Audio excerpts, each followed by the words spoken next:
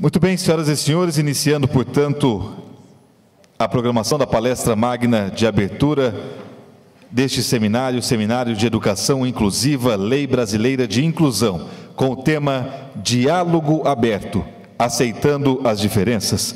Nós convidamos, inicialmente, para ocupar o seu lugar à mesa na condição de mediadora dos debates que acontecerão logo após a palestra, doutora Paola Carlone, ela que é graduada em jornalismo e psicologia, mestre em educação e doutoranda em psicologia escolar e desenvolvimento humano. E é com muita honra, senhoras e senhores, que convidamos para ocupar o seu lugar à mesa o palestrante de abertura do Seminário de Educação Inclusiva, Lei Brasileira de Inclusão, com o tema Diálogo Aberto, aceitando as diferenças, o professor José Leon Kroschik.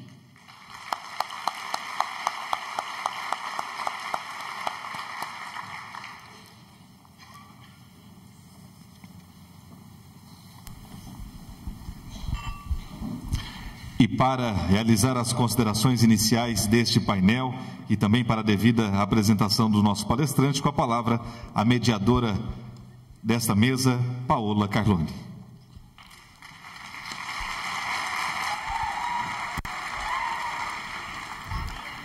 Boa noite. O professor Leon quase que dispensa elogios e apresentações, porque a própria fala dele vai indicar, né, o quanto ele está aqui, né, por uma qualificação para falar desse assunto. Mas por uma formalidade eu vou apresentá-lo. Ele é professor titular do Instituto de Psicologia da Universidade de São Paulo, a USP, né, foi também professor da PUC de São Paulo durante muitos anos e faz pesquisas relacionadas à inclusão já há algum tempo, né? Então ele veio aqui, né, veio de São Paulo para falar com a gente sobre inclusão, e o professor Leon também tem muitas pesquisas relacionadas à violência escolar e ao bullying na escola.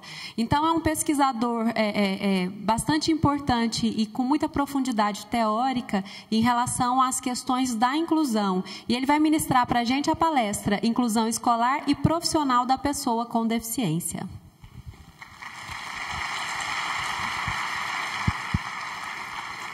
Bom, então, boa noite.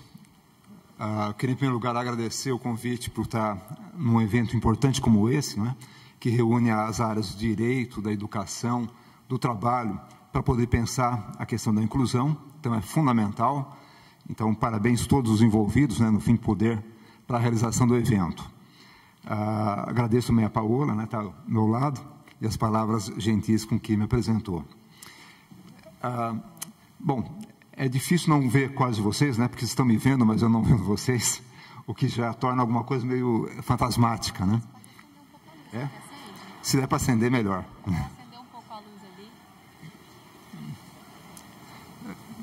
Isso não é estranho. Vai. Isso. Bem, eu pensei em fazer o seguinte na minha fala, né?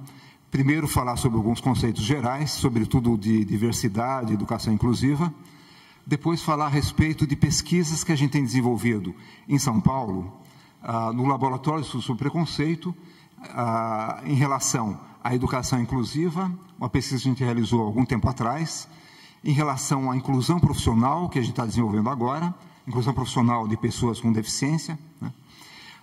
E também, por conversa que eu pude ter aqui em Goiânia hoje, poder falar para vocês um pouco sobre uma pesquisa que está desenvolvendo agora, sobre o bullying e desempenho escolar, né? É muito bom estar falando com educadores, né? Sou um também, então, nesse sentido, me sinto em casa. O primeiro termo que eu gostaria de poder estar tecendo considerações é o termo de diversidade, né? Ou de diferenças. Um filósofo que tem norteado bastante o meu trabalho, o filósofo alemão Theodor Adorno, ele diz uma frase que parece que era importante para pensarmos no assunto, que a essência da humanidade é a diferença, né? Então, a gente se desenvolve, a gente se diferencia ao longo da vida. Nós não somos diferentes desde o início, diferenciamos ao longo da vida. E a gente se diferencia ao longo da vida por meio da possibilidade de expressar o que sentimos, o que pensamos. Bom, essa possibilidade de aprender ter instrumentos para poder expressar o que a gente sente e pensa é dado pela educação e pela educação escolar. Bom, essa diferenciação é o que nos permite ser indivíduos. Eu vou dizer agora algo para vocês que, em geral, eu digo que não é muito bem recebido de início, né, mas depois eu espero seja entendido. Né? Quando o bebê nasce, né, ele não é muito diferente dos outros. Né? Em geral, eles são bastante, até sem graça. Né? Eles não têm quase expressão, muito iguais uns aos outros. Em geral, são os pais que dizem que é bonito, ele é diferente e assim vai. Mas se a gente olhar bem, de fato, eles não fazem quase nada, né? Eles fazem chorar, reclamar, e a afeição deles não é muito diferente uma dos outros, né? É importante que os pais possam diferenciá-los, não há dúvidas, né? Esse amor da família em relação à criança é fundamental. Mas, na verdade, não se diferenciam. A gente aprende a se diferenciar ao longo da vida. E aí, volto a dizer, aprende a se diferenciar pela possibilidade de expressar as nossas necessidades, desejos, expectativas, pensamentos. Né? Bom, a gente se diferencia a partir de identificações com os outros. Né? E identificação com os outros significa tomar os outros como referência e tentar ser como eles. A criança pequena, ela ainda não sabe, não tem uma noção clara do seu próprio corpo.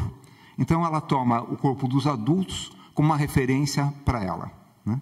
O que a gente aprende da psicanálise, entre outros elementos importantes, é isso. A gente forma um eu por meio de identificações. E essas identificações, elas são, na verdade, a tentativa de ser como o outro. Bom, o que significa que a nossa particularização, a nossa singularidade, ela depende do quanto nos identificamos com os outros. Quanto mais aprendemos a expressar, quanto mais podemos identificar com os outros, mais diferenciados nós somos, mais indivíduos nós somos. Quanto menos podemos expressar, quanto menos nos identificamos com os outros, menos indivíduos, mais individualistas somos. Né? Então, o preconceito é o contrário da individuação. O preconceito é o que impede a identificação com o outro. Essa ideia de identificação, ela relaciona o particular, cada um de nós, com algo que é universal. Né? Então, quanto eu posso me identificar com o negro, com a mulher, com a pessoa com deficiência, com o boliviano, com qualquer pessoa, porque são humanos. Né? E, nesse sentido, quanto mais eu posso me identificar com eles, mais universal eu sou, ao mesmo tempo que mais diferenciado eu sou. Né? Isso a gente chama de experiência, né? Que é o contrário de preconceito. Bom, acho que já fica claro porque eu estou dizendo isso aqui, né, nesse evento, né? Mas porque a educação inclusiva, ela tem como propósito que haja identificação de todos com todos. Né? Ela surge de início, a educação inclusiva ela já é um tanto antiga, né? Mas o movimento que vem se fortalecendo da educação inclusiva vem de início da década de 1990, né? Congresso Chantier, depois em Salamanca, e que vai se discutindo o combate à segregação daqueles que não podem ou frequentar a escola ou frequentar uma escola regular e uma sala de aula regular. Se voltarmos uns 20 anos antes e ainda mais para a Itália, a gente vai poder perceber que junto ao movimento de Franco Basaglia, o importante psiquiatra italiano que conseguiu estabelecer a lei que proibia a construção de manicômios psiquiátricos, né? O movimento de poder fazer com que todos estudassem em conjunto, que não houvesse mais segregação. Então, esse movimento de inclusão, ele vem vindo e ele não diz respeito só às pessoas com deficiência na escola, que também é um segmento importante. O movimento de educação inclusiva, como na década de 90, ele passa a se desenvolver, ele diz respeito a todos aqueles que estão fora da escola ou estudam em lugares segregados. Estudar em lugar segregado, quando ninguém dessas minorias podia estudar, já era um avanço, mas é um avanço já insuficiente para a década de 1990. Né? Isso para indicar que essa tendência à inclusão, ela cada vez é maior, e ela já vem de algum tempo. Bem, a educação inclusiva diz respeito a poder incluir todas as minorias, portanto, que são excluídas. Né? E, dependendo do país, as minorias são diferentes. Então, em alguns países europeus, os ciganos são excluídos, não é? Aqui mesmo no Brasil, dependendo do estado, você tem, por exemplo, em Roraima, né, lá no norte do Brasil, os índios são excluídos, né? Em São Paulo, boa parte de crianças bolivianas são excluídas, né? Excluir nesse significa não ter, de fato, espaço dentro da sala de aula regular, né? E, certamente, as pessoas com deficiência também são um público importante para a educação inclusiva. Bem, aí fazer uma outra ponderação. A nossa sociedade, ela não é inclusiva. Se a nossa sociedade não é inclusiva, é claro que a educação não pode ser inclusiva, né? Como a excelente fala, né, da primeira conferencista, pode dizer, nós somos quase seres humanos, né? Ainda não somos, né? E a nossa sociedade também, ela pode ser quase inclusiva, mas ela não é, né? E ela não é porque na base dela, ela nos leva à injustiça. A base da nossa sociedade, ela é injusta, né? Então, o máximo que a gente pode fazer na sociedade é torná-la mais justa. Mas enquanto ela não se modificar substancialmente, ela não pode ser justa. Bem, poder lutar por uma sociedade mais justa não é irrelevante, é fundamental. Esse é o limite que a gente pode estar fazendo, né? Bem, isso já para poder dizer que é claro que a implantação plena da educação inclusiva nessa sociedade não é possível, mas reconhecer esses limites e fazer o máximo para poder implantá-la é fundamental, né? Só para poder ilustrar um pouco mais o que eu estou dizendo da nossa sociedade, ela não ser inclusiva, né? Fica claro para todos nós que quem tem o poder, quer econômico, quer político, ele tem mais condições de uma vida boa e digna de ser vivida de quem não tem, né? E por isso só, a gente tem uma sociedade que é calcada no poder.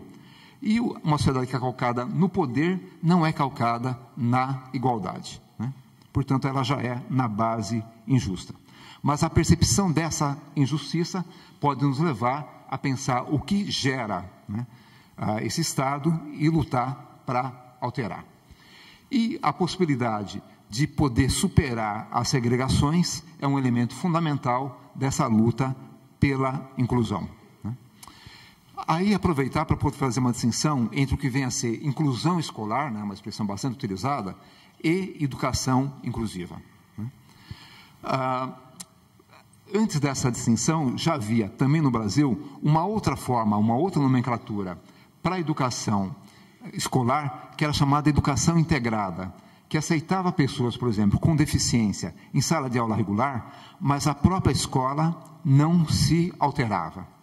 A ideia da educação inclusiva é que ela só é inclusiva se nós a pensamos por meio dos obstáculos que ela gera, a possibilidade de todos os alunos aprender, né? Então, é uma mudança de olhar que diz que, bom, a deficiência não está efetivamente no outro que não consegue aprender, mas os obstáculos que a escola põe para que o outro possa aprender, né? Então, muda-se a perspectiva de poder olhar e, portanto, poder atuar. Bem, a inclusão escolar, nesse sentido, seria só colocar o aluno dentro de sala de aula, o que não resolve, né? Educação inclusiva, não. É poder pensar, de fato, que todos devem estar, efetivamente, não faz de conta, incluídos. Todos possam estar aprendendo formas de expressar suas necessidades, desejos, pensamentos, né, dentro dos seus limites. E aí me permito uma palavra só em relação a limites, né, porque há uma, desculpem a expressão da palavra, mas ela é importante, há uma dialética dos limites. Os limites, eles devem ser, ao mesmo tempo, respeitados, né? Não se pode pedir para uma pessoa que tenha uma deficiência auditiva, visual, acentuado, que ouça ou que veja, né? Mas, ao mesmo tempo, deve-se tentar superar o máximo possível esse limite, né? Então, o limite, ele nos leva, ao mesmo tempo, ao respeito, mas não à resignação.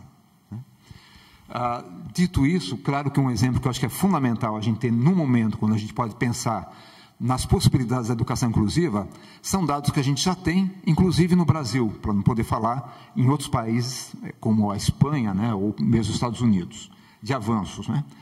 Eu tenho acompanhado bastante a educação inclusiva no estado da Bahia, sobretudo em Salvador. E lá é muito interessante o movimento que é da inclusão.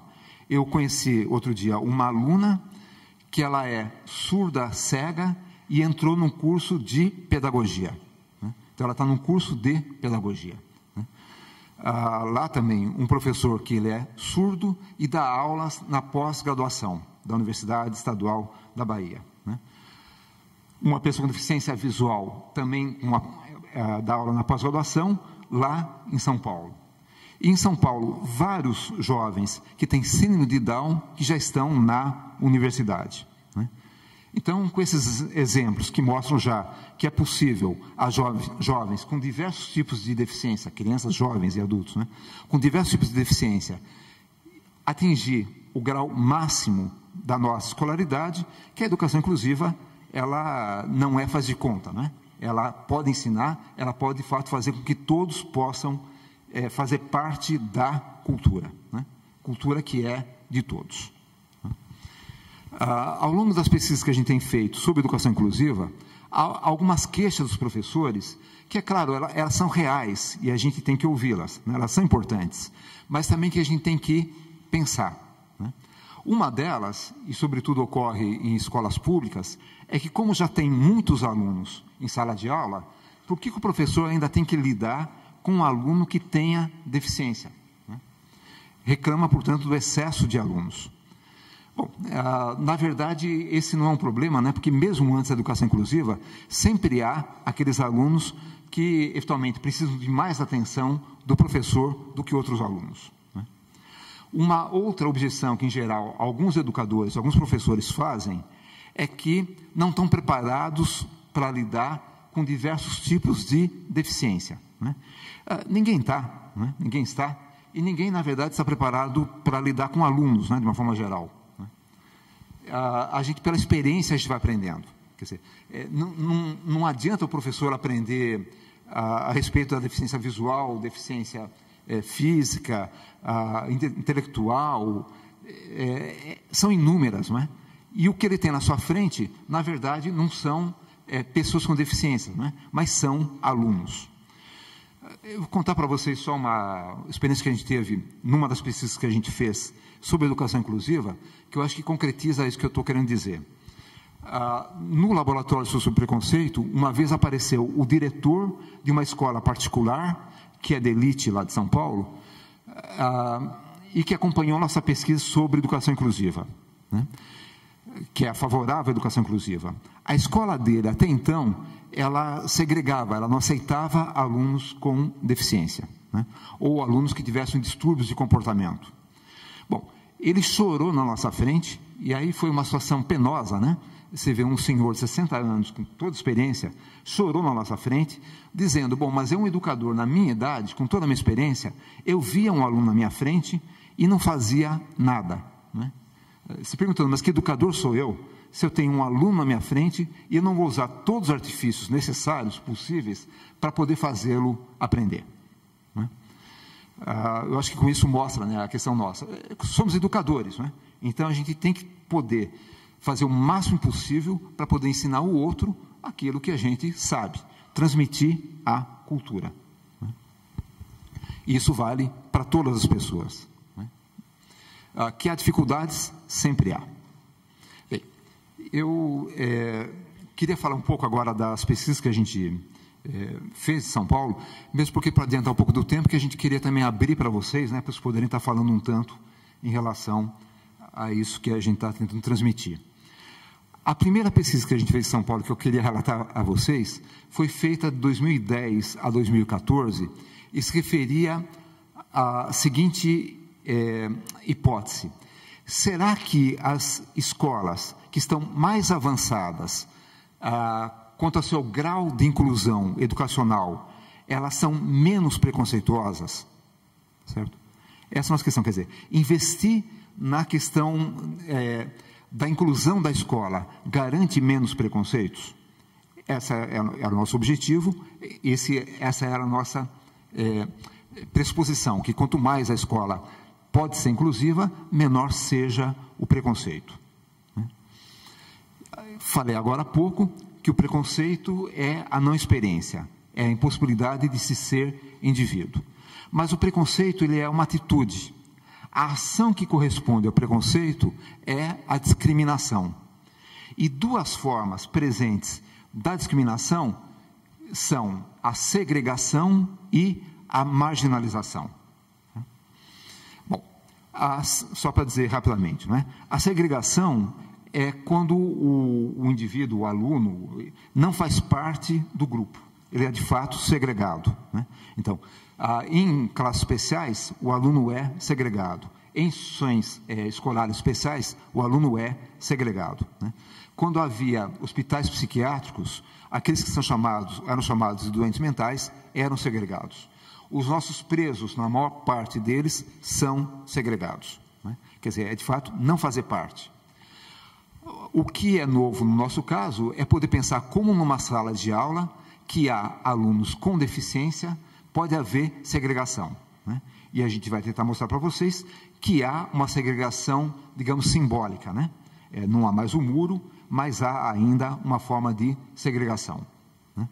Bom, se a segregação é não considerar como fazendo parte, a marginalização é fazer parte, mas é deixar à margem, né?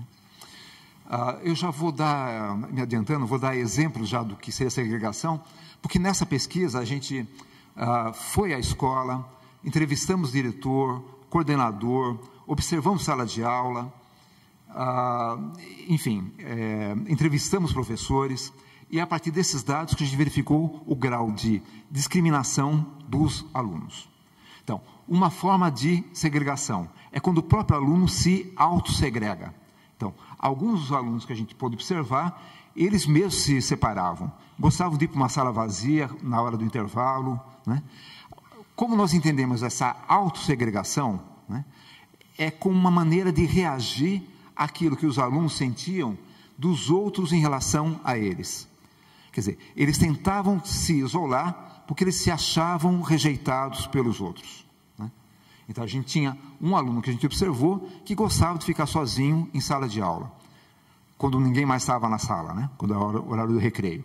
Então, esse movimento de autossegregação já indica essa segregação. O próprio isolamento do aluno com o qual se tem o preconceito. Então, por exemplo, na hora do lanche, ninguém senta perto, né? Ninguém fica junto, né?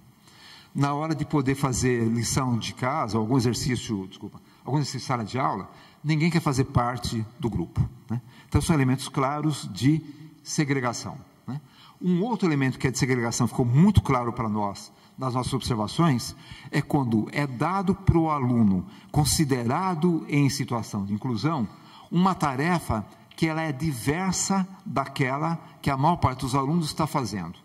Então, a gente observou isso em alunos do 5º ano, tá? A antiga quarta série, né? Do 5º ano escolar, a gente observou que enquanto os colegas estavam aprendendo frações, o aluno que é considerado em situação de inclusão era dado uma caixa para poder pintar, né?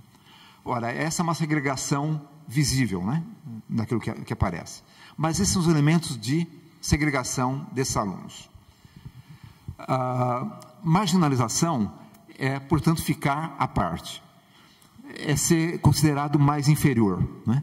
Então, pelas entrevistas que a gente teve, pelas observações, a gente notava que os alunos com deficiências que foram estudados, né, eles tendiam a ser considerados como inferiores, como aqueles que não podem contribuir plenamente tal como os outros. É aquele que, na hora de poder escolher o time de futebol, é o último a ser escolhido. É aquele que joga no time, mas até passa a bola para ele, mas não conta, né? Então, ele faz de conta, né? Um outro elemento que marca a marginalização é a ideia da provocação, mas no sentido de humilhar, né? Então, um dos meninos que a gente observou, ele tem a síndrome de Down, estava com 10 anos, ele gostava muito de uma menina, né, de uma coleguinha dele. Só que ele não sabia escrever direito. Então, ele fez um coração, Dia dos Namorados, e queria colocar o nome dele junto com a menina. E pediu para colegas dele poder estar ajudando a escrever. E os colegas fizeram e mandaram para a menina. Só que eles escreveram no coração: eu odeio você, né? A menina ficou ofendida, chamou o menino de retardado, né? E foi uma situação, e o menino começou a chorar, né? Com toda a razão. Então, essa é uma forma também de colocar à margem, né? De não integrar efetivamente, né? Mas a gente observou também, e observou na maioria das situações, a inclusão na escola. E deixar frisar bem isso, né? Os momentos de inclusão foram muito superiores aos da discriminação, né? Então, se há discriminação na escola, mesmo naquelas que adotam a educação inclusiva, os momentos de inclusão foram mais frequentes, mais visíveis do que os de discriminação. Só para poder dizer que a educação inclusiva é uma aposta que vale a pena, né? Bem, mas como inclusão, a gente vê aqueles alunos que de fato estão participando de aula, né? Estão aprendendo. Então, numa outra escola particular, havia um menino também com síndrome de Down, que a professora era aquela que perguntava para os alunos sempre, né, o que ela estava ensinando. Então, ela perguntava, olha, quais foram os primeiros lugares do Brasil que os portugueses vieram? E o aluno respondia, né? 600 dividido por 10 dá quanto? O aluno respondia, 60. O que você fez? Cortei o zero.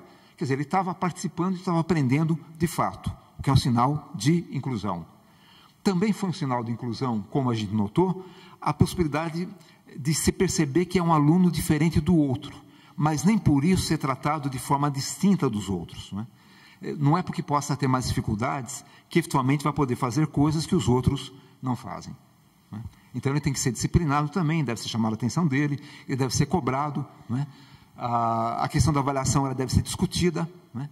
Se não deve haver diversificação de conteúdo e de avaliação, é claro que deve haver uma diferenciação em termos de grau daquilo que é ensinado, né? Então, só para dar um exemplo, se o aluno com deficiência, digamos com deficiência intelectual, ele tem as dificuldades de fazer a divisão com 2 números na chave, então ensine a fazer com 1, né? Você pode dar uma dificuldade menor, mas sem mudar o assunto que está sendo ensinado, né? Então, esses são elementos, uma boa relação com os colegas, é um outro elemento de inclusão. Bem, mas só para poder dizer, estudamos 4 escolas em São Paulo, 2 particulares, 2 públicas, as 4 são consideradas como referências em São Paulo. Numa escola pública, sempre estudamos o 5º ano escolar, tá? Então, meninos e meninas de 10 anos, por volta de 10 anos. Estudamos numa escola pública 3 alunos, um tinha síndrome de Down, o outro era considerado como autista, o outro tinha uma síndrome chamada de Golden, mas ninguém sabia muito bem o que era, mas era aquela situação na qual o aluno não tem a memória de curto prazo, então ele não lembra, né? Ele vai aprendendo, mas logo ele esquece, né? Numa outra escola pública, a gente teve 2 outros alunos, um deles com síndrome de Down, mas 17 anos uma outra menina que não tinha laudo fechado.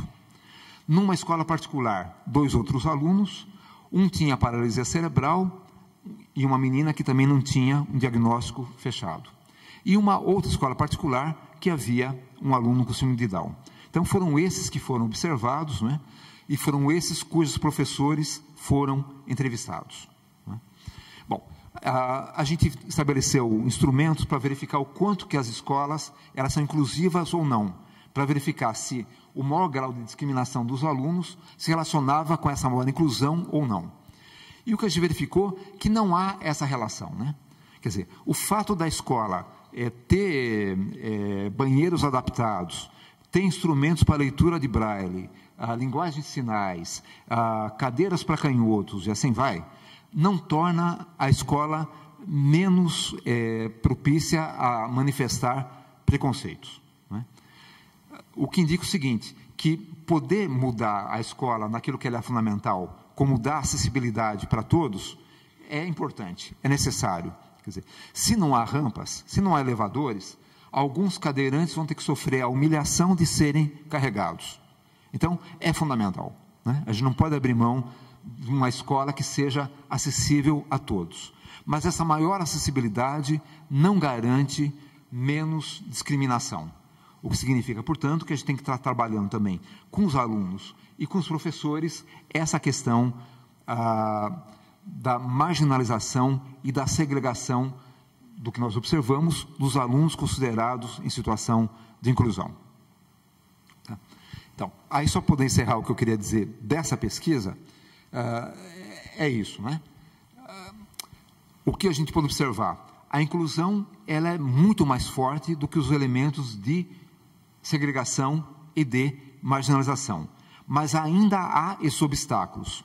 Reconhecer esses obstáculos não é poder dizer que a educação inclusiva não deu certo, mas que há problemas que a gente tem que enfrentar e superar. Certo? Quer dizer, não dá para a gente poder fazer de conta que só o aluno estando em sala de aula já há a inclusão. Né? Há um tanto a ser feito e parece que muito do que há que ser feito diz respeito à possibilidade de estarmos abertos à experiência. Né? Podemos ver, de fato, os alunos e não vê-los como sendo membros de uma minoria, né? Que são ou deficientes visuais, ou auditivos, ou cadeirantes, ou paralisia cerebral, ou síndrome de Down, seja o que for. Então, isso que eu queria dizer dessa primeira pesquisa que a gente teve. Né? A segunda que eu queria relacionar é uma que a gente está desenvolvendo no momento. Sim, deixa eu só dizer uma outra coisa em relação à educação inclusiva ainda, antes de ir para frente, que eu acho que é importante. Bem, tem a questão do que significa colocar um aluno que é diferenciado, que tem a deficiência, em sala de aula.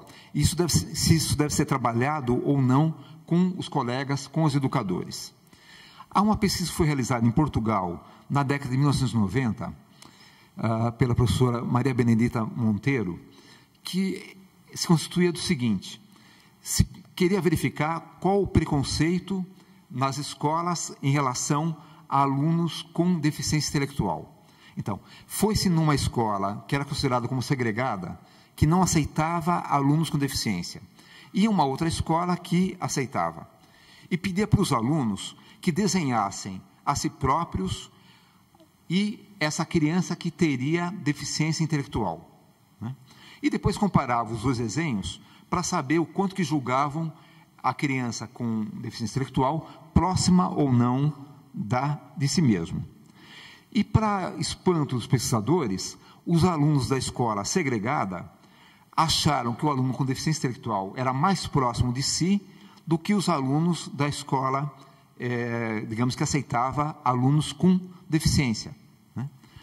Depois de muito discutir e pensar, chegaram à seguinte conclusão: ora, o aluno com deficiência intelectual para a escola segregada, para os alunos, ele é meramente ideal, ele é imaginário, eles não têm a experiência, eles não têm convívio. Já o aluno da escola que aceita o aluno com deficiência intelectual, eles têm a experiência desse aluno. E se, na verdade, os professores não dizem que há uma diferença e trabalham essa diferença, o aluno não tem como poder processar isso. Bom, vem um aluno que mal sabe falar, tem dificuldade de se relacionar e senta perto dos outros alunos que tentam se relacionar com eles, a tentativa deles vai ser se separar dele e não se aproximar.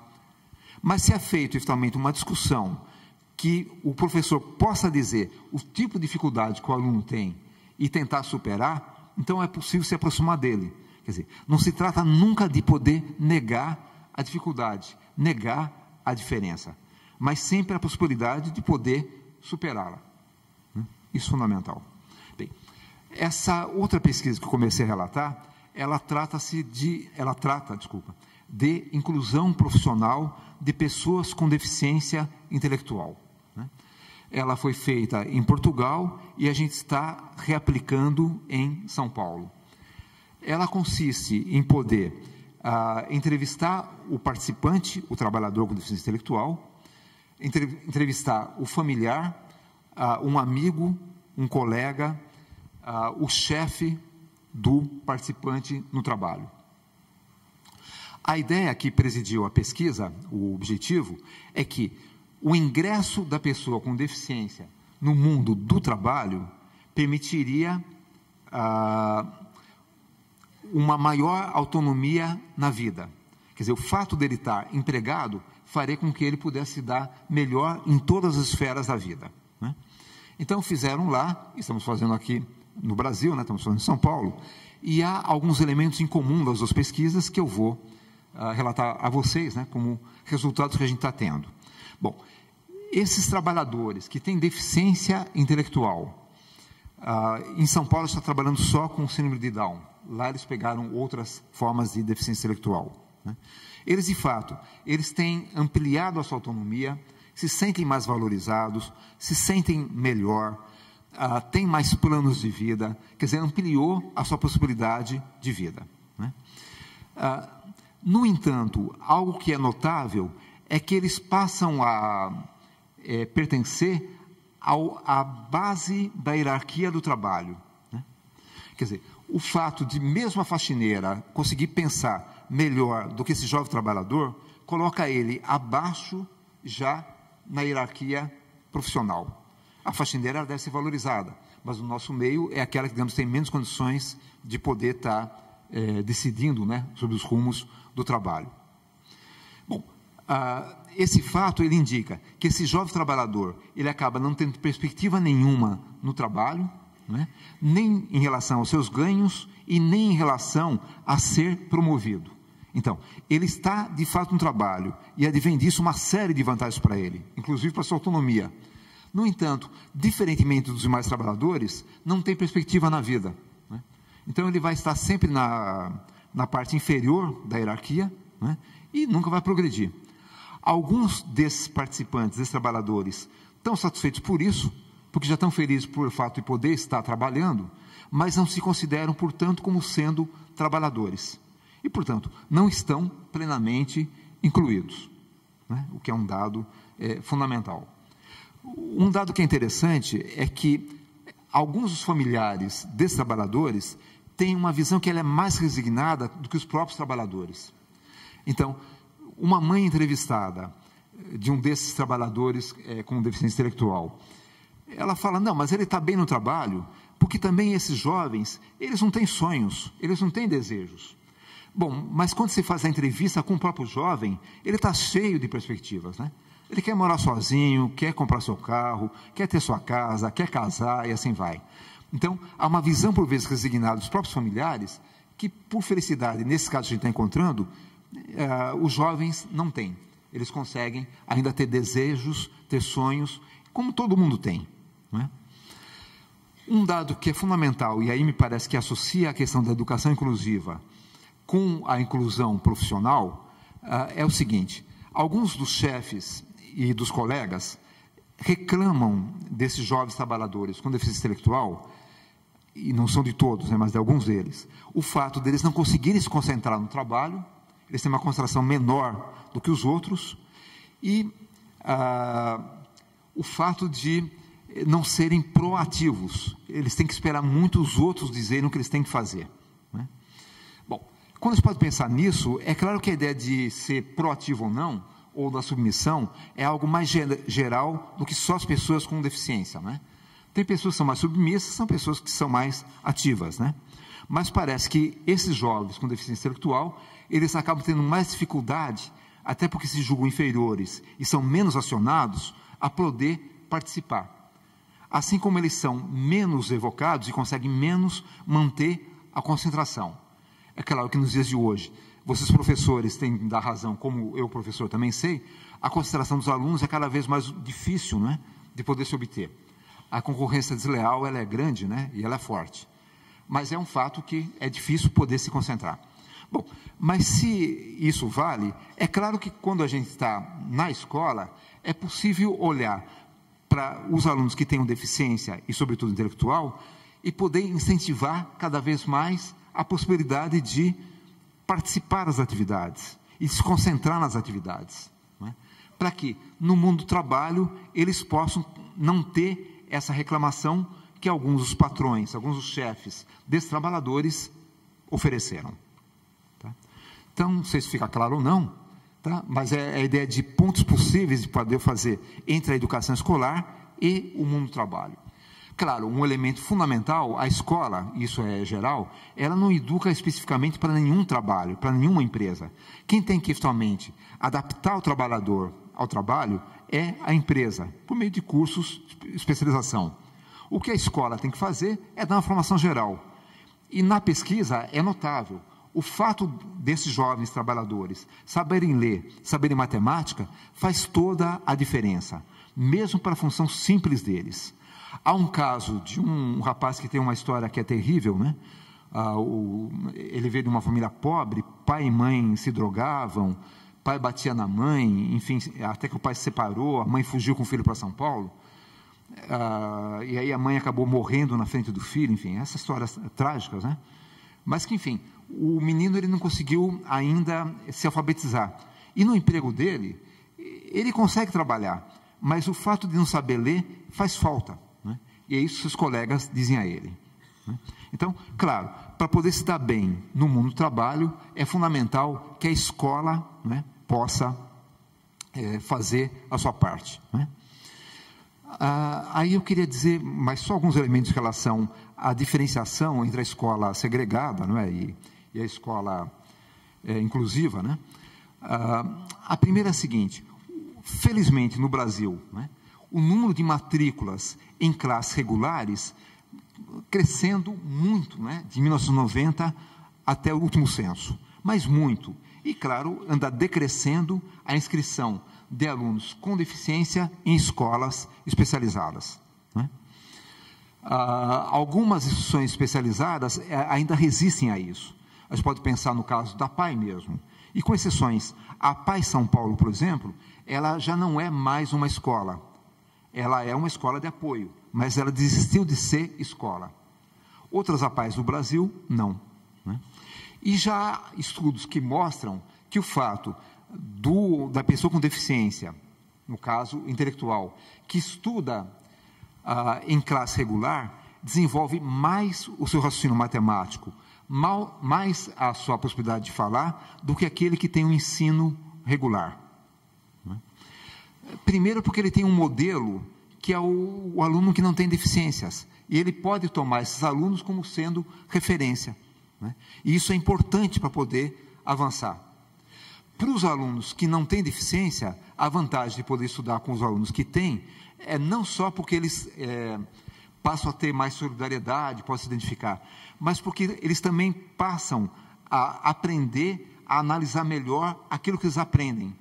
Isso se dá por dois movimentos. O primeiro deles é o seguinte: quando o professor ele vai explicar de novo para o aluno que precisa de explicação, o outro também se vale disso, né? Que é o que a gente faz, né? Quando o aluno não entende aquilo que a gente quer dizer, a gente tenta achar um outro método para poder ensinar, né? E os outros alunos também se beneficiam disso. E a outra vantagem é que, em geral, esse aluno que não tem deficiência e que consegue saber a matéria, ele pode ensinar o outro, e com isso ele também aprende mais. Então, o que as pesquisas têm mostrado é que todos se beneficiam da educação inclusiva. E o que eu quis trazer brevemente é que nessa pesquisa sobre inclusão profissional, a escola é fundamental, né?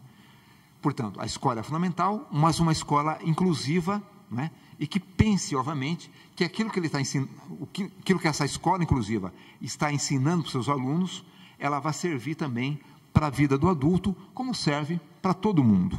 E que o aluno com deficiência, ou o aluno que a gente chama considerado situação de inclusão, que não é só aquele de deficiência, né?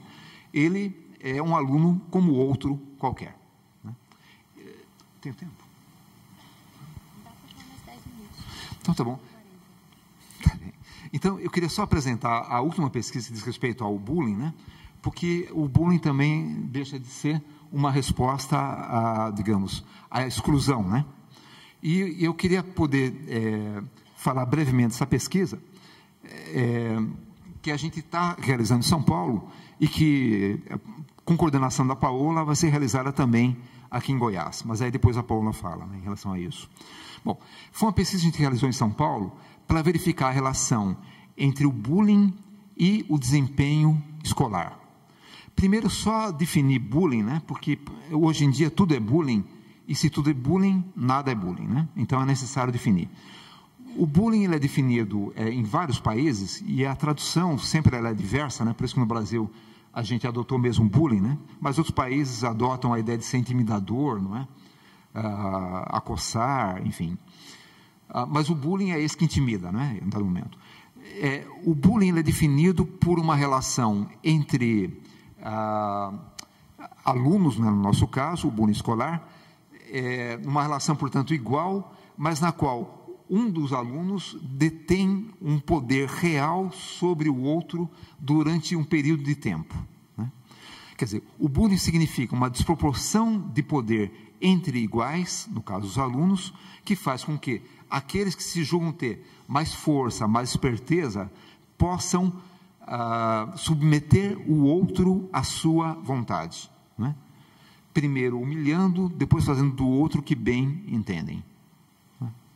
Bem, portanto, o bullying não é uma mera briga entre os alunos, né? Mas é uma coisa que perdura ao longo do tempo, que pode ser por um grupo de alunos em relação ao outro, ou um aluno que seja mais forte, né, ou mais esperto que os outros.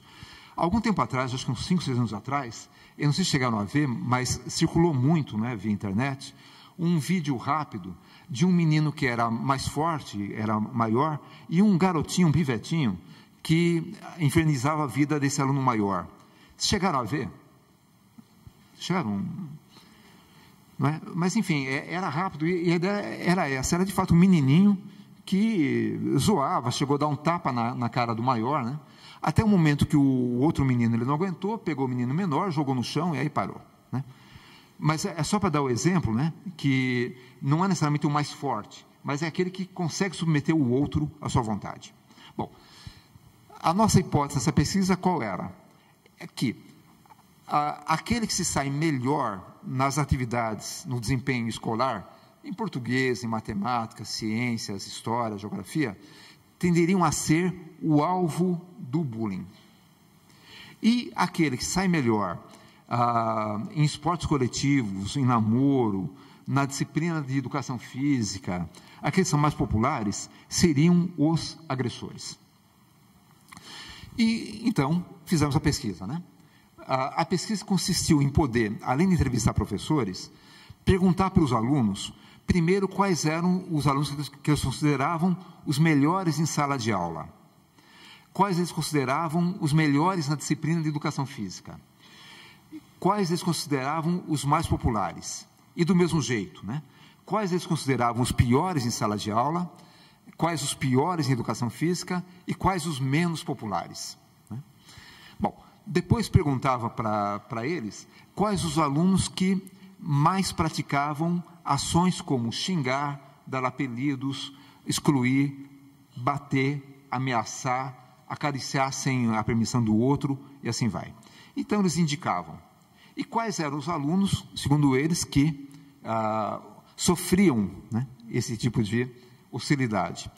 E, bom, a gente estabeleceu algumas correlações que deram as seguintes tendências. Em geral, o aluno que era indicado como melhor em sala de aula era o que não praticava e não sofria o bullying, né? Ao contrário do que a gente pensava, esse aluno, digamos, é deixado em paz.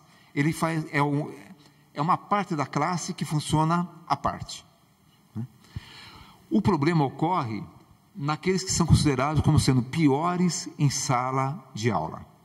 Os que são piores em sala de aula, quando são melhores em educação física, quando são considerados mais populares, são autores do bullying, quer dizer, tendem a ser, não é todo mundo, né? Tendem a ser autores do bullying. Aqueles que são piores em sala de aula e são impopulares, tendem a ser alvos do bullying. Bom, então, o problema todo do bullying nas escolas que a gente estudou, lá em São Paulo, e a gente estudou 280 estudantes de escolas públicas, né, ocorre nessa parte da sala de aula dos que são piores, né, nas disciplinas, né.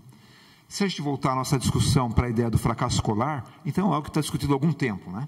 Quer dizer, os alunos que, digamos, precisam um pouco de nós como professores, porque quase por si só eles já aprenderiam, nem sofrem, né, nem são autores do bullying.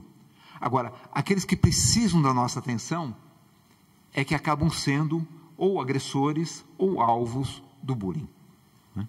Bem, se a gente pode relacionar essas discussões, né, da ideia da educação inclusiva e esse resultado do bullying, é que me vem o seguinte dado, né?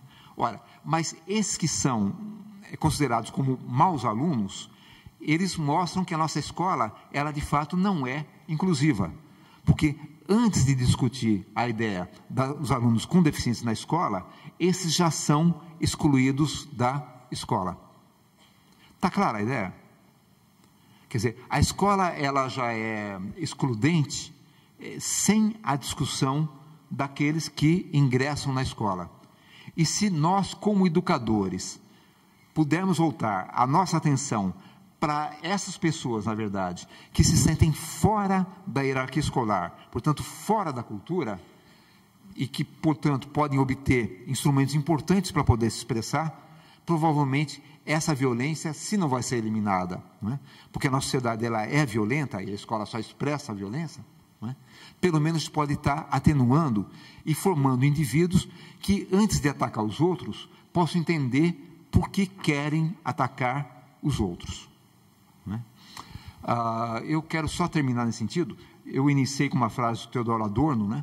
E aí eu gostaria de terminar com um outro texto dele que é importante, que é o chamado Educação após Auschwitz, né? No qual ele tenta propor formas de nós termos uma educação escolar que não gere os assassinos ou a frieza que possibilitou Auschwitz, né? E são dois elementos só que eu queria dar desse texto para vocês, para pensar essas questões. O primeiro é o seguinte: se houvesse identificação entre o agressor e a vítima, não haveria Auschwitz, né? Quer dizer, se o agressor, se aquele que matou o outro ou fez o outro sofrer, percebe que o outro é como ele, né? Sofre como ele, ama como ele, pensa como ele, né? Não haveria nem vítima, nem algoz. Então, a identificação é algo fundamental, né, para que não haja violência. Desculpe só fazer um paralelo, mas é isso, né? Quer dizer, quando a gente tem a gente dirige o nosso afeto para algum ser, a gente já não maltrata ele. Pense no seguinte: se vocês têm um bicho de estimação, seja gato, cachorro, passarinho, ele não é mero gato, cachorro e passarinho, né? Quando ele passa a ser nomeado, ele passa a ser individuado, particularizado. E, nesse sentido, dificilmente a gente é violento em relação a ele, né? Então, quando a gente nomeia, ele passa a ter um significado particular para nós, importante para nós. E a ideia da identificação é essa: se a gente se identifica com o outro, a gente deixa de ser violento com esse outro, né? Então, essa é uma ideia que eu acho que é fundamental do texto, né, esse texto do Adorno. E a outra é poder dizer o seguinte: que a culpa da violência nunca deve ser atribuída à vítima, àquele que sofre a violência, né? Mas sempre deve ser buscada naquele que a pratica. É para esse que deve voltar-se a educação, para que ele possa ter consciência do porquê ele quer ser violento com o outro. E ao perceber que não é o outro o alvo das suas frustrações que levam a ser agressivo, que permite ele barrar essa mesma violência. Violência que se expressa também quando a gente pode permitir que alguns alunos não frequentem a escola regular, a classe regular, e possa conviver com todas as pessoas, certo? Então, é isso. Muito obrigado mais uma vez a todos vocês por esse evento.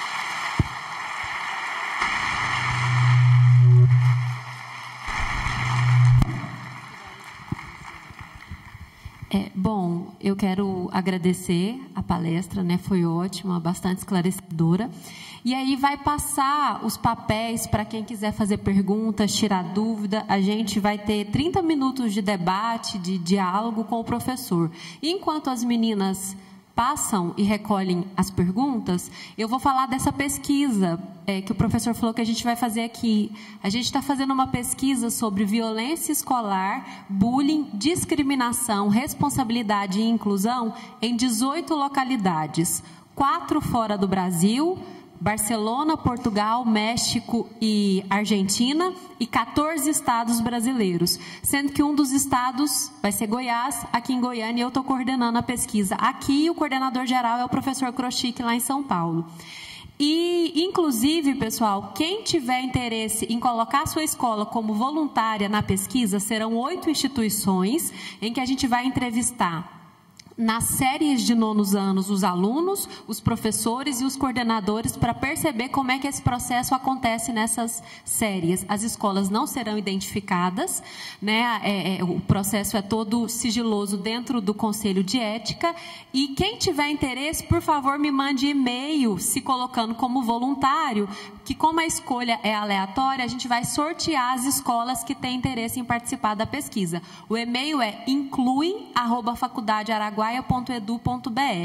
Quem quiser, eu queria que a minha escola fosse uma voluntária nessa pesquisa, porque como etapa final da pesquisa daqui 3 anos, a gente vai fazer cartilhas, livros e formações nessas escolas sobre esse tema, ok? Então, passem, por favor, as perguntas. Quem tiver interesse em participar como voluntário da pesquisa, me procure. E a doutora Janilda quer fazer uma pergunta? Quer falar? Vou pedir uma coisa para você, Paula. Então, só um pouco antes, por favor. Sim. É que tem um trecho do Jean Paul Sartre, né? Que é numa discussão, na verdade, que ele falava sobre a possibilidade dos estudantes interferirem na modificação curricular, né? E aí, no finalzinho desse texto, ele tem um trecho que me parece que ele é muito propício a essa situação, que eu vou pedir para a Paola ler. Está em espanhol, mas pode ser? Tá, qual o final todo? Esse aqui. O sistema atual de seleção que suprimir,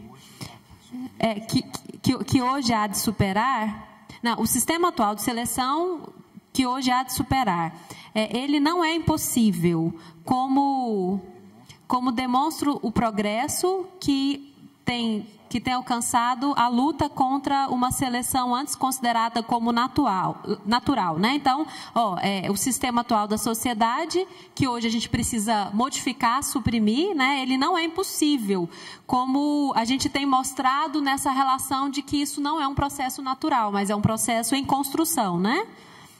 Tem 30 anos, quando ele fala, quando uma criança, ele usa a palavra retardado, porque é o conceito da época, né? Então, com a deficiência intelectual, o levado a Vilevard, né, ao campo, estava definitivamente fora do concurso. Mas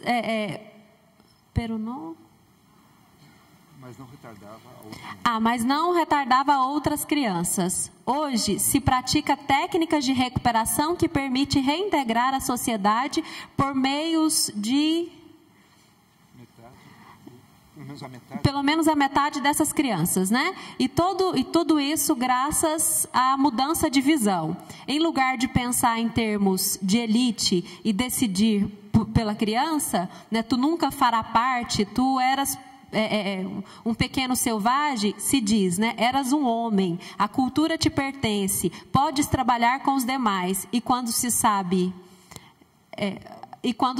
ajudá-lo, né? Ou seja, há uma mudança de visão aí que é fundamental para, inclusive, mostrar para essa criança a possibilidade que ela tem, sim, e a escola é o lugar fundamental para mostrar para essas crianças que elas são capazes de aprender, né?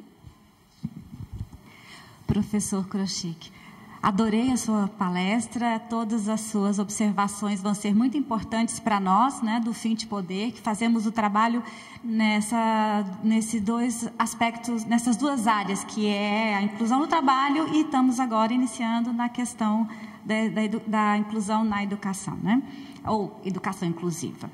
Mas a pergunta minha é a seguinte: eu sou mãe de uma mocinha com... está no espectro autista, né? Ela tem 19 anos e está no 2º ano do ensino médio. Mas se eu observar o que ela passou nas escolas, embora todas as escolas que ela estudou, na verdade foram 2, eram muito boas, né? Tanto a do Preveste, do Flávio, como a outra que ela estudou no ensino fundamental completo. Mas o que eu percebo é que ela ainda sofreu, estou usando o exemplo da minha filha, mas eu estou, né, para ampliar. Ela, mesmo havendo um esforço muito grande da escola, né, em todos os sentidos, inclusive de adaptar currículo, provas e tudo mais, ela nunca foi chamada para uma festa dos coleguinhas. Nunca. Assim... eu falo nunca porque foram tão poucas que nos anos todos de escola dela é muito pouco, é quase invisível, né? E ela nunca foi chamada para ir ao cinema. Então, eu fico pensando e muitas vezes eu vejo que a escola, ela pensa que ela não tem essa responsabilidade de tratar dessas questões, porque essas questões são do indivíduo, de querer ou não estar com uma pessoa. Aí eu quero que o senhor me diga, eu estou errada quando eu penso que a escola também tem que incentivar as pessoas a se relacionarem com respeito os alunos a também se responsabilizarem pela vida daquele que é absolutamente excluído e muitas vezes sofre por isso? E mais, se a escola pode fazer mais do que simplesmente ensinar, como que o senhor, quais as técnicas, estratégias que o senhor poderia indicar para que essa escola realmente fizesse diferença na vida das pessoas, né?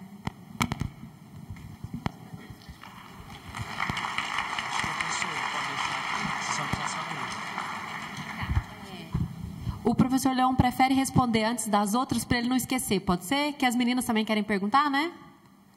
Eles ali? Ah, tá. Então deixa ele responder. É que é muita coisa importante, né? Senão a gente vai perdendo. Se eu não me lembrar de alguma coisa, por favor, depois me lembre. Bom, então, primeiro dizer o seguinte. Essa pesquisa que a gente está fazendo sobre inclusão profissional é algo comum também. Esses trabalhadores trabalham, são muito bem aceitos, não são auxiliados no trabalho, mas raramente no finalzinho do expediente saem com os outros. Os outros vão na padaria, vão tomar cerveja, aniversário também não vão, quer dizer, então isso é algo comum, não só na escola, mas depois também no mundo do trabalho. Então, faz parte, mas não faz, né? Quer dizer, está lá no trabalho, está na escola, mas não está na vida, não está com os outros, isso é algo real, né? São segregados, né? Aí eu queria dizer de uma pesquisa de um ex-orientando meu, ele fez podendo mostrar a relação entre como o professor trata o aluno em sala de aula, repercute para como os colegas vão tratá-lo, né? Só para a gente poder pensar essa questão, né? No caso dele, eram professores que, vez ou outra, humilhavam o aluno. Enfim, você não sabe, está atrapalhando. Isso fazia com que esse aluno ficasse marcado para que os outros colegas também o maltratassem. É como se ele desse o sinal, né? Esse pode. Eu estou pegando esse exemplo só para fazer o contraponto, né? Que é claro, dependendo como o professor ele olha cada um dos seus alunos, isso ajuda também como é que os outros alunos vão olhar. Se o aluno que tem a deficiência, seja ela qual for, e não só a deficiência, né? Pode ser um aluno que vem de outro país, como um boliviano, por exemplo, lá em São Paulo, pode ser um índio, pode ser um cigano, seja quem for. Se o professor ele considera esse aluno e chama ele a vir para a lousa, ou faz perguntas para ele, como faz para todo mundo, os outros alunos passam a entender que ele faz parte da turma. Esse aluno que a gente observou, que tinha síndrome de Down numa das escolas particulares de São Paulo, né? A professora perguntava para a turma toda, inclusive para ele, e ele respondia, né? Então, ele fazia parte. No entanto, há uma questão que também no Brasil a gente tem que discutir sobre a educação inclusiva, que leva à segregação, que é a figura de um apoiador, de um educador, que é visto só como professor desse aluno considerado situação de inclusão, né? Quer dizer, a nossa tendência no Brasil é seguir o modelo alemão, mas naquilo que ele tem de pior, não naquilo que ele tem de bom. E é poder passar para a sala de aula regular a educação especial. Então, você traz um educador só para poder ensinar esse aluno, né? Bom, aí o que acontece? Os outros alunos passam a achar que ele é um aluno à parte, né? Porque tem um professor à parte. Esse aluno da escola particular, ele tinha. E os outros alunos falavam, não, mas a professora dele é aquela, não é a outra professora, né? Então, faz parte, mas não faz parte, né? Então, é muito importante se ter um professor de apoio, né, quando a gente tem uma sala que tem muitos alunos. É fundamental. Mas esse professor ele deve ser para todos, e não só para aqueles que são considerados em situação de inclusão. Bom, em relação, acho que a terceira parte da sua questão, né, o que é possível ser feito, né, em sala de aula para poder combater o preconceito, há uma série de possibilidades que vêm, sobretudo, de estudos da psicologia social. Então, por exemplo, a gente tem a hipótese do contato. A hipótese do contato, ela diz o seguinte: quanto mais contato de boa qualidade a gente tem com o alvo do preconceito, negro, índio, idoso, seja quem for, né, com uma certa frequência boa, com uma qualidade boa de interação, o preconceito diminui, né? Então, um dado que a gente tem que é interessante, isso não só no Brasil, mas no mundo todo, é que cada vez mais a gente vê na rua, nos shoppings, no mundo, pessoas que antes ficavam em casa.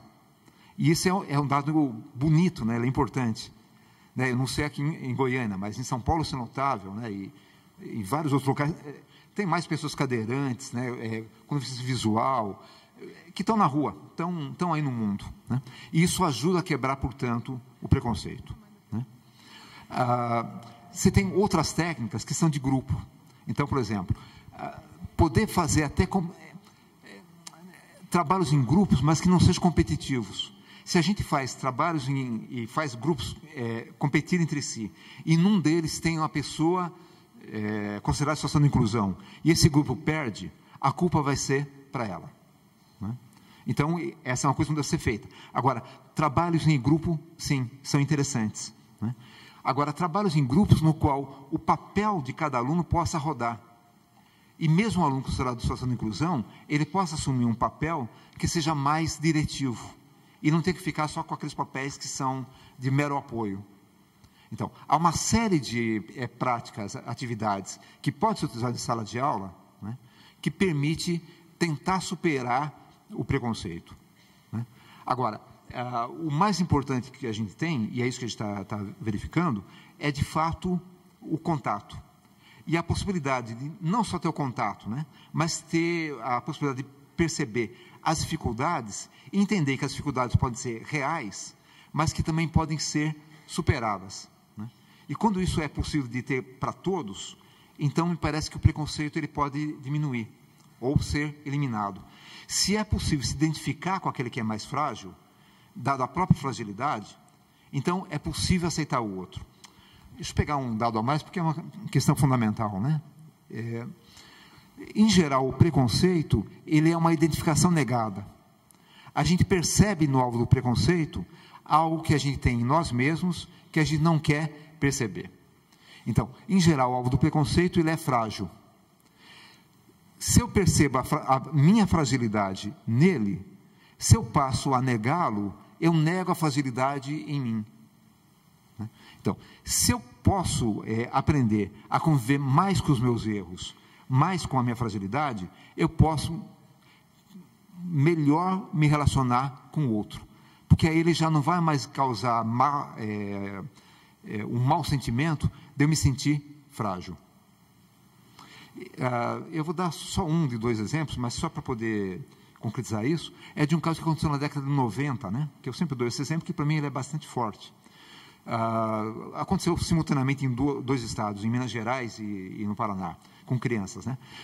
Em Belo Horizonte sequestraram uma menina e aí prenderam ela num ginásio esportivo.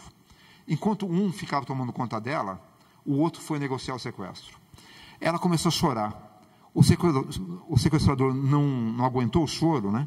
E matou a menina. Um outro caso, mesma época, aconteceu em Curitiba. Um jovem pai que estava desempregado, desesperado, né? E a filha pequena, de 2, 3 anos, pedia para ele brinquedo, isso, aquilo, tal, tal. Ele não aguentou, também começou a bater na menina, matou a menina, né? Bom, o que isso vem, né, nesse sentido? É que o grito das crianças suscitam nesse adulto o quanto ele era criança e precisava também de apoio, e o quanto ele se sentia impotente. E é isso que ele não aguenta. Se isso pode ser esclarecido, se percebe que não é o outro que incomoda, né? Mas aquilo que ele suscita em nós. E se isso pode ficar consciente para nós, a gente consegue conviver com o outro. Ou a gente consegue, pelo menos, ser menos violento com esse outro. Né? E isso vem com convívio, com a possibilidade de a gente trabalhar isso. Como eu tentei acabar, né, por meio do Educação Pós-Auschwitz do Adorno, né? Quer dizer, se aquele que agride, se aquele que discrimina, ele consegue perceber que não é o outro que gera o desconforto nele, ele deixa de agredir. Então, isso é fundamental. E isso é fundamental que todos os alunos, todos os educadores saibam. Se a nossa educação ela é calcada na competição, na vitória, na força, a gente não tem um bom futuro.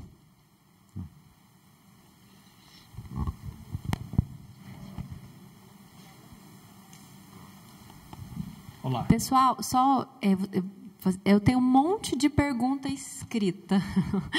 Eles vão fazer a pergunta oral, porque eles estavam na frente, e nós temos só mais 10 minutos. E eu queria, então, sugerir que as perguntas escritas pudessem ser mandadas por e-mail, né? O e-mail é...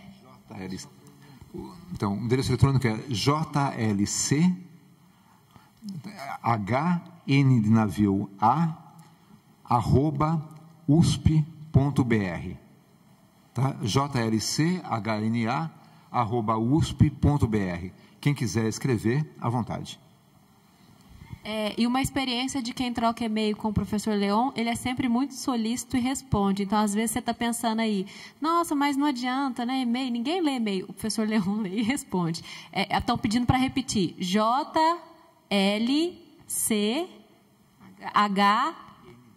de navio @usp.br, certo?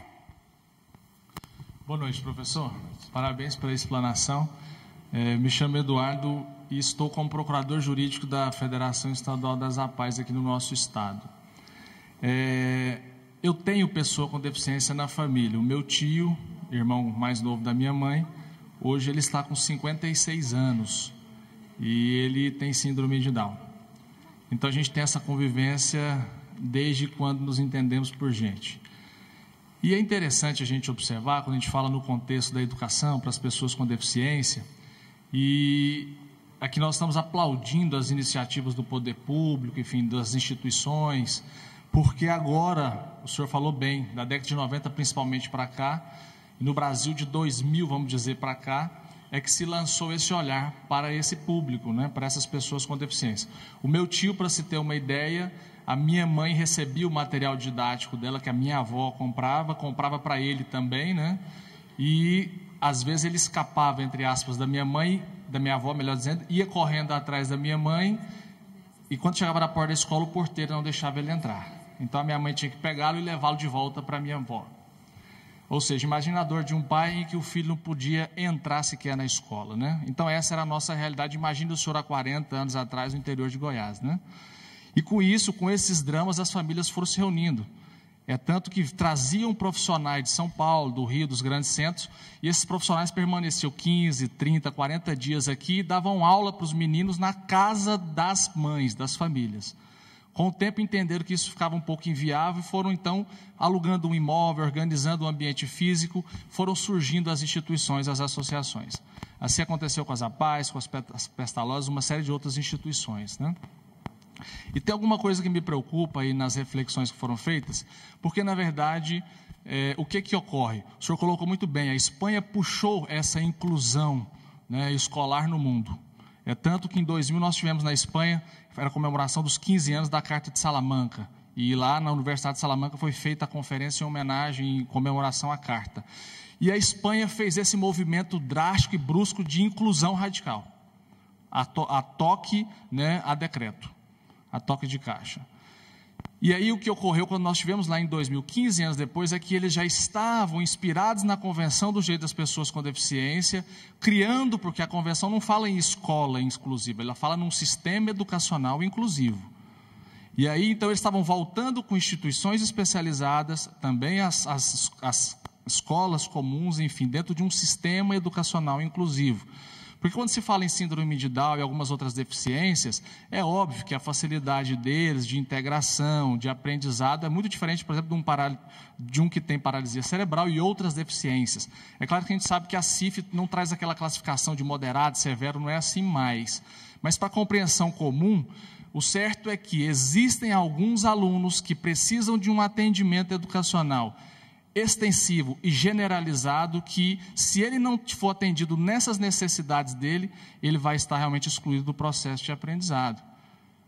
Para o senhor ter uma ideia, hoje o movimento Apaiano, nós atendemos 258 mil pessoas com deficiência.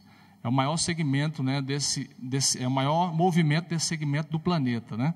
E aí a gente percebe, às vezes, que essa preocupação da escolarização é relevante, mas nós temos que entender também que existe um público com deficiência intelectual que ele precisa de um atendimento, de fato, especializado.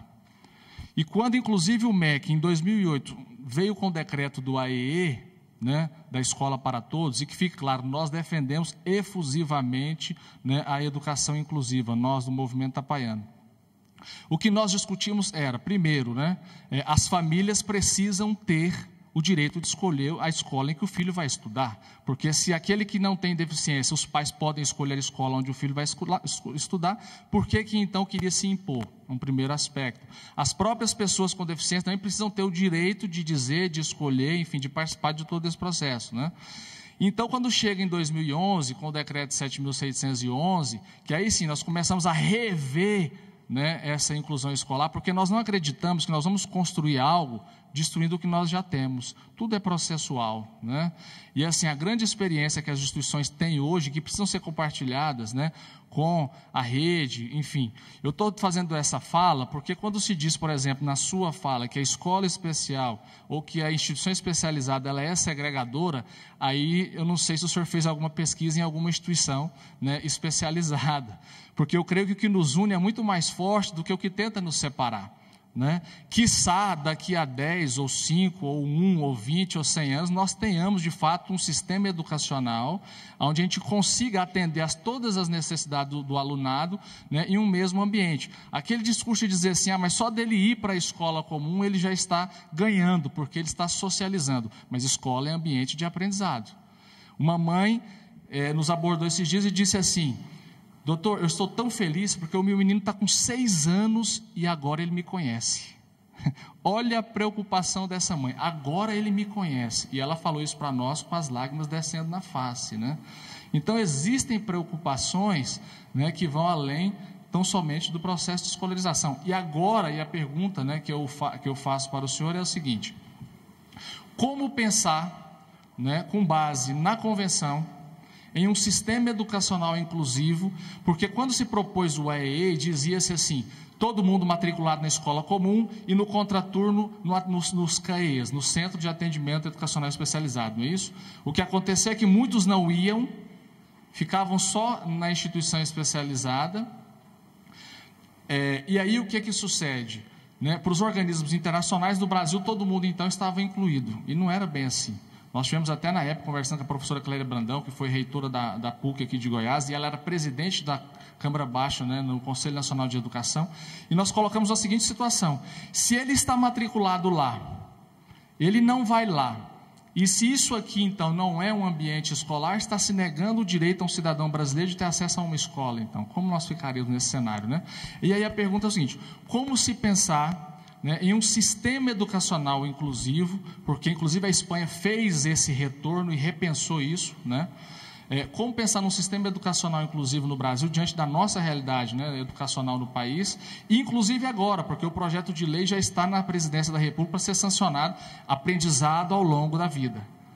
Agora nós temos uma outra perspectiva, né? Como pensar nessa estrutura de modo que a gente possa, né, todos juntos lutarmos, né, por essa inclusão, né, aliás, por essa educação que seja de fato, né, inclusiva, atendendo a todos, né?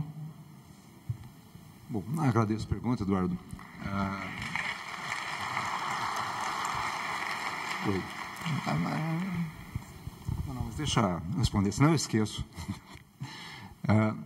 Bom, a gente fez um seminário em São Paulo agora há pouco, você não foi, né, Paola?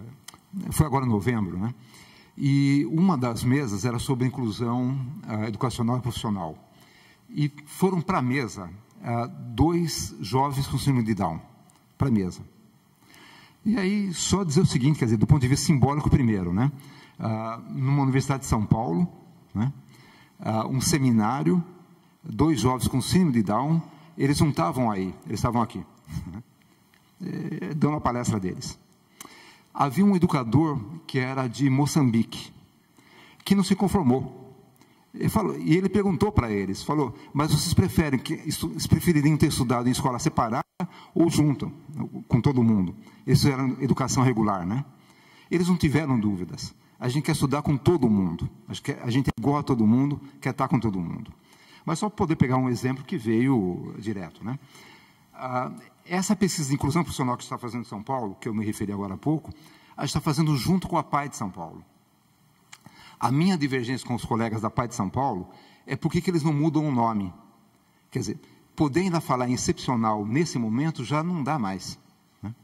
Pelo menos no Brasil a gente avançou um tanto para isso.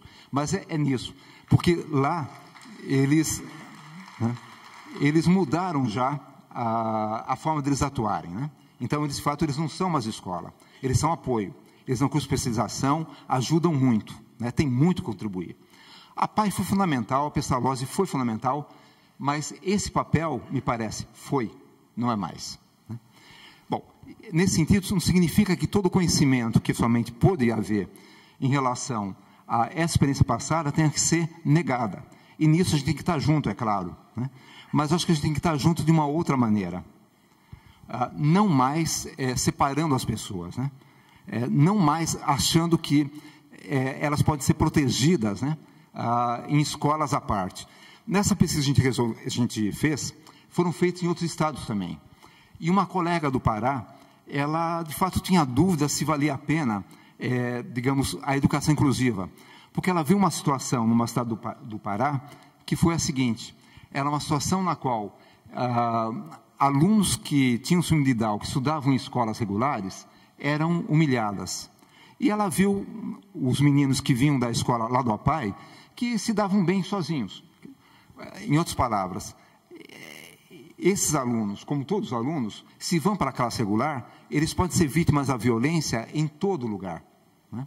Se está no lugar protegido, menos. Então, por isso, pode pensar o seguinte: olha, para protegê-los, para que eles não apanhem da vida, segregue. Só que daí a gente não estaria educando eles para a vida, a gente estaria educando eles para uma falsa vida, né?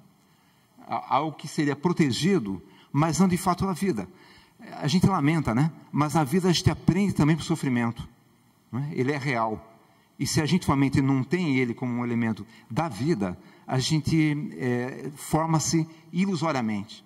Eu acho que esse movimento da educação inclusiva, ou da inclusão profissional que a gente tem, de uma sociedade que possa estar incluindo a todos, não segregar mais, ela permite, nesse sentido, que a gente viva esse sofrimento em conjunto. E não tente separar aqueles que nos fazem sofrer, mas que a gente possa sofrer junto com eles. A gente tem mais 2 perguntas. A dele e a intérprete de Libras tem uma pergunta do pessoal que pediu aí, não é? Certo? Foram as 4 perguntas primeiras, né? Desde o início já me disseram que tinha aquela pergunta, e as dos papéis chegaram um pouquinho depois. Então, por uma ordem de que chegou as perguntas, a gente vai responder a dele, a gente vai pedir para ser breve, e a dela. Eu fiquei sabendo que, na verdade, nosso horário é até 9h45, então a gente tem mais 15 minutos. E os que fizeram o papel, por favor, mandem por e-mail, que aí o professor Leão responde, inclusive indica textos de leitura que possa complementar a discussão, certo? Boa noite, professor. Boa noite, gente. José Guedes, diretor do Centro Integrado de Educação e Trabalho, Prolabor da Associação Pestalozzi de Goiânia. Trabalhamos com qualificação profissional de pessoas com deficiência intelectual. Eu tinha 4 perguntas para fazer, mas vou tentar fazer só uma. Acredito que o grande gargalho da educação, inclusive, sejam os alunos com deficiência intelectual, né? É o grande desafio de todos nós, professores, fazer com que esses alunos permaneçam com qualidade na escola. E aí a pergunta vai no sentido do seguinte: os projetos políticos pedagógicos, famosos PPPs das escolas, quando você pega eles para estudar, lá fala o seguinte: formar cidadãos críticos e emancipados, Aí lá por último aparecem os conhecimentos acadêmicos e a progressão e etc e tal. Mas na prática, para os professores aqui, o professor que não fizer com que os seus alunos desenvolvam de forma muito mais satisfatória do que eles dão conta o desempenho acadêmico, o professor é mandado embora. Então, como é que esse professor vai lidar com essa realidade entre a exigência da escola e a necessidade do aluno, que precisa do ambiente educacional para que ele conviva com pessoas da sua faixa etária para que possam se desenvolver? Aí vem a segunda pergunta, que é mais uma experiência de vida. Como diretor da Associação Pestalozzi, há 8 anos como diretor, eu tenho recebido muitos alunos do curso de psicologia querendo fazer pesquisa sobre deficiência intelectual. E eu comecei a discutir com esses alunos e pedir para eles retornarem para a universidade e dizer que deficiência intelectual não se resume a síndrome de Down. Porque todos que chegavam lá queriam precisar de deficiência intelectual, mas só queriam alunos com síndrome de Down. E eu não tenho síndrome de Down na minha instituição. Eu tenho pessoas com deficiência intelectual muito mais comprometidas do que as pessoas com síndrome de Down apresentam do ponto de vista de desenvolvimento. E tem 2 anos que a universidade não me mandou mais ninguém para fazer pesquisa. Isso está me deixando preocupado. E fiquei mais preocupado porque nas falas do senhor, todos os alunos da pesquisa eram com síndrome de Down, inclusive os 2 que foram para a mesa. E aí isso me deixa mais preocupado ainda. Mas a outra pergunta é em relação à proatividade das pessoas com deficiência intelectual da pesquisa que o senhor fez. A Associação Pestalozzi encaminhou aproximadamente 300 pessoas com deficiência nesses últimos anos para o mercado de trabalho. E os dados que a gente tem do projeto de acompanhamento é que essa proatividade, ela é diretamente relacionada ao tempo de escolarização da pessoa com deficiência intelectual na educação básica. E isso se reflete nas vagas que nós estamos colocando hoje essas pessoas para trabalhar, porque até pouco tempo atrás era apenas na linha, nas indústrias, nas linhas de produção para fechar caixa, abrir caixa, porque passava que a pessoa com deficiência intelectual só sabia fazer atividades repetitivas. E hoje a gente tem colocado pessoas no comércio, onde a sua função laboral é interagir com outras pessoas. E quem não tem proatividade não consegue interagir com outras pessoas. Então eu gostaria de saber sobre mais detalhes dessa pesquisa. Obrigado, desculpe se eu falei demais, gente, mas o tempo é curto. Interessante estar fazendo fla-flu aqui, né? Que eles são favoráveis e contrários, né? E todos devem ser favoráveis que as coisas andem o melhor possível juntos, né? Bem, de fato, né? Quer dizer, a questão de poder estar aprendendo, ter conteúdos aprendido de fato e não fazer conta, fundamental, né? E essa é uma discussão que eu acho que dentro da educação inclusiva, até onde eu acompanho, ela tem seguido. Então, por exemplo, quando você chega à questão da avaliação, né? Bom, tira da sala de aula, não tira da sala de aula, dá o mesmo nível, não dá o mesmo nível, o que você faz? O que a gente tem chegado é o seguinte, não dá para ser exatamente igual a outra prova, você tem que adaptar. Mas adaptar é diferente de diversificar, né? Quer dizer, aquilo mesmo que é cobrado do outro, é cobrado desse, só que num grau de dificuldade que é distinta. Ou então, ele não vai conseguir nunca fazer multiplicação de cabeça, tem maquininha, né? Aprende-se a usar a maquininha. Então, mas, de todo modo, é fundamental que se eduque para a vida, né? E, portanto, as habilidades, os conhecimentos que, efetivamente, se tem na escola, todos devem aprender, né? Se, efetivamente, é por meio da cultura, e a escola nos transmite a cultura, que a gente pode se expressar, então é claro que, na verdade, assim, todos os alunos, também esses que têm mais dificuldades de aprender, devem aprender, né? E devem aprender o mesmo do que os outros. Se vão conseguir ou não, aí nem tudo depende da gente, né? Então, estou concordando que a gente não deve abrir mão da avaliação, não deve abrir mão de que, de fato, a gente está formando e estamos ensinando algo. Não pode ser faz de conta, né? Bom, o outro dado, a gente tem pesquisa de São Paulo e da APAE de São Paulo, que mostram que estudar em sala de aula regular melhora as habilidades linguísticas e de matemática. É um dado empírico, né? Eu ia começar a fala de hoje, na verdade, de uma outra maneira, né? Daí você me deu a chance agora, eu te agradeço, né? De poder retornar aquilo que deveria ser o início. De poder mostrar que esse ato que a gente tem entre a academia e a sala de aula deveria ser superado, né? Deveria haver muita mais conversa. Mas o que acontece é isolamento. De um lado, o professor se sente desvalorizado em sala de aula, pelo saber que vem da academia, e aí não quer ouvir o que vem da academia. O professor da academia, por sua vez, ele julga que sabe mais do que a sala de aula e não quer ouvir do outro. E é ruim, né? Porque os dois têm muito a dizer sobre a questão do que fazem, né? E daí que a questão de pesquisa ser fundamental, né? Bem, eu continuo a achar e a pensar, e os dados de pesquisa têm mostrado isso, né? E no caso da pesquisa em Portugal, não foi só com síndrome de Down, mas foi com jovens trabalhadores com ciência intelectual de leve a moderada, né? E que provinham de institutos, ONGs, né, como eles também vão chamar, que preparavam esses jovens para o trabalho, quando não alcançavam, conseguiam também o trabalho dos jovens, né? Bom, é importante. Eu acho que a gente não tem que abrir mão do que a gente pôde estabelecer e fortalecer. Só que eu acho que também a gente tem que avançar, né?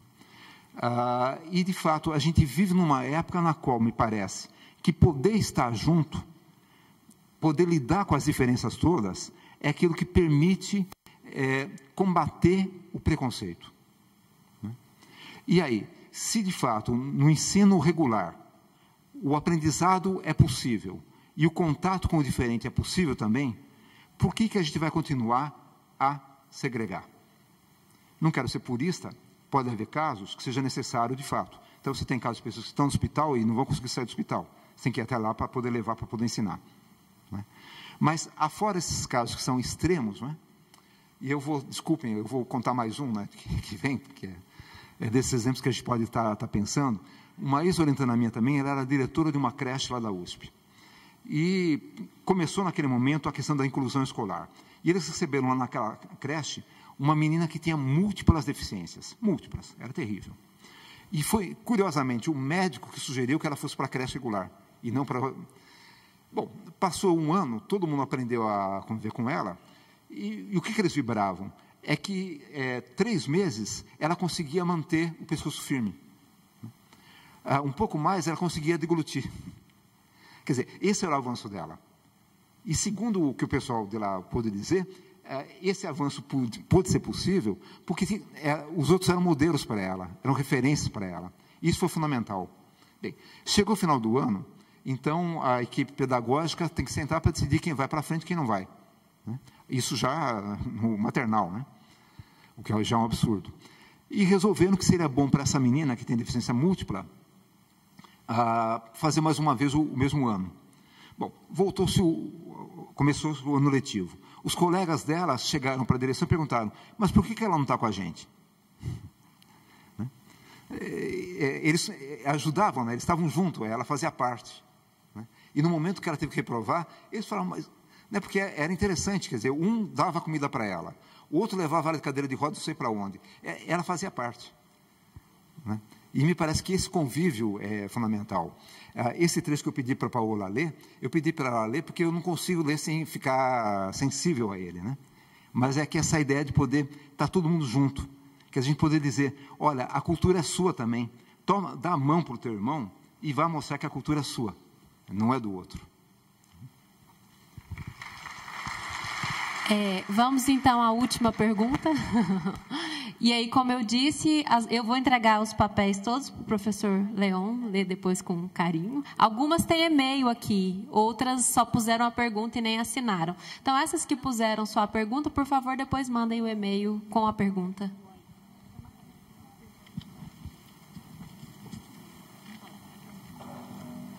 Boa noite a todos. Meu nome Tauana, e eu gostaria de fazer uma pergunta. Eu sei que é muito importante a questão da inclusão dos deficientes, mas o principal é a questão individual de cada aluno, surdo, ouvinte, a inclusão de qualquer deficiente. Mas em uma sala de aula, onde só tem surdo, fica complicada a questão da interação. Então, precisa ter a questão do ouvinte junto com o surdo. Mas o que falta? Então, se for explicar alguma coisa com relação à falta de comunicação. Então, há essa falta de comunicação entre surdos e ouvintes. Então, precisa ter essa troca, ter essa relação.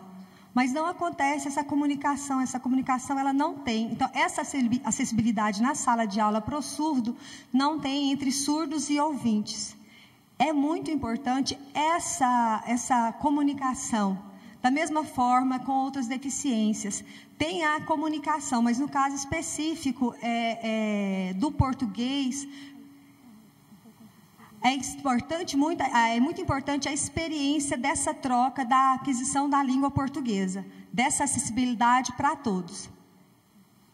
E os surdos precisam ter essa experiência, os professores precisam, ouvintes também precisam ter essa experiência, de estar ensinando os surdos a língua de sinais, e os ouvintes também precisam, porque falta para ele aprender também a língua de sinais, para ter essa troca e essa relação. Isso é muito importante para que realmente a inclusão aconteça. Surdos e ouvintes também precisam que essa inclusão aconteça de forma significativa. Às vezes eu sinto essa dificuldade. Como que acontece essa comunicação? Como que vai acontecer a comunicação e a experiência para esse profissional, a questão da dignidade, a importância dessa comunicação? Qual a sua concepção da importância dessa comunicação? Bom, ótima questão, né? Eu li rapidamente uma questão aqui, então vou aproveitar. Ah, tá. Desculpa. Só antes, ótima questão, mas eu queria só... É que tem uma questão que veio por escrita, que eu queria só ler antes de poder responder a outra, tá? É rapidinho. Que a pergunta me fizeram o seguinte: por que você usa a expressão diferenciado para citar as pessoas com deficiência? Então, só para esclarecer, não uso. Para mim, a diferenciação é uma questão para todos, inclusive para as pessoas com deficiência. Quer dizer, se individuar é se diferenciar. E isso vale para a pessoa com deficiência e sem deficiência. Tá? Só para poder esclarecer o dado.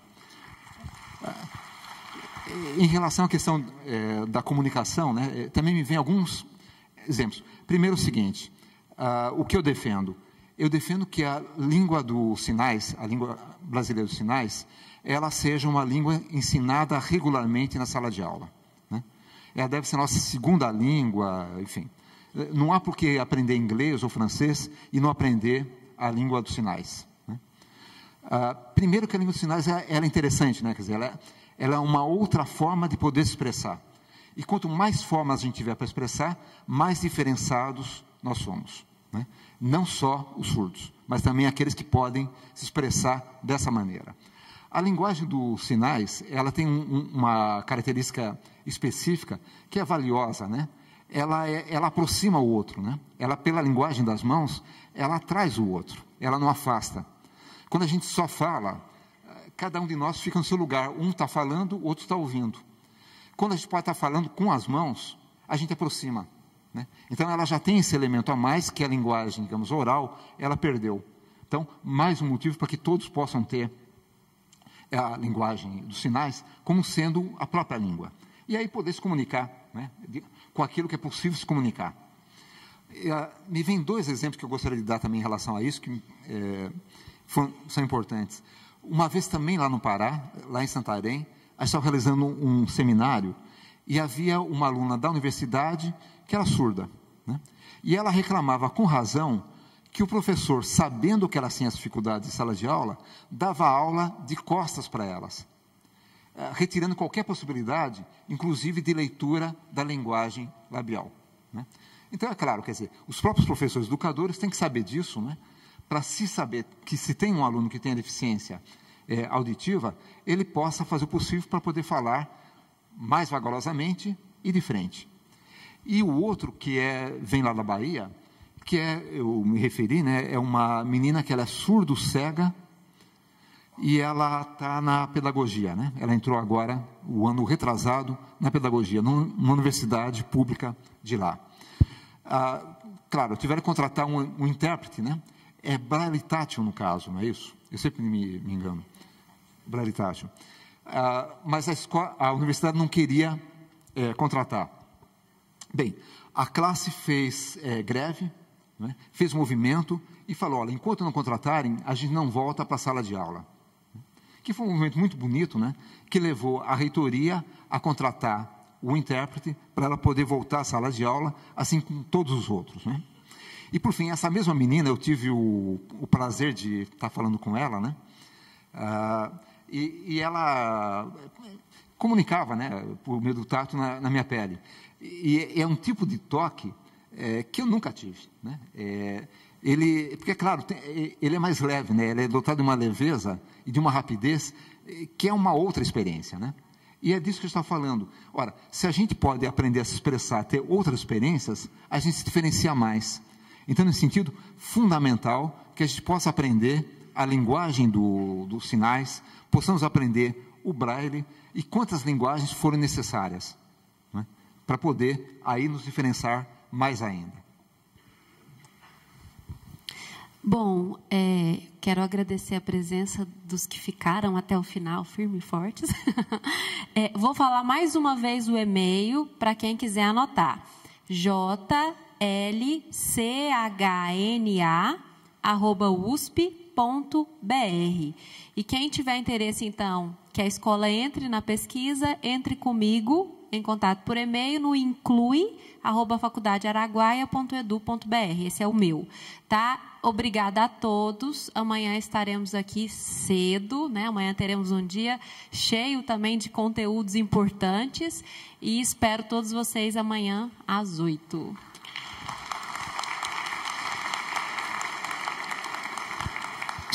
Muito obrigado. E agradeço o professor mais uma vez, né? Agradeci no início e agradeço agora no final pela palestra que foi extremamente rica. Muito bem, exatamente, em nome da comissão organizadora, muito obrigado a Paola e em especial ao professor José Leon Kroschik por sua brilhante participação na abertura do nosso congresso. Amanhã, a partir das 7h30 da manhã, nós teremos um café da manhã servido para todos vocês, para que às 8h30, pontualmente, nós possamos reiniciar com a programação do congresso. Mais uma vez, muito obrigado pelas presenças, uma ótima noite e até amanhã às 7h30 com o café da manhã. Boa noite a todos.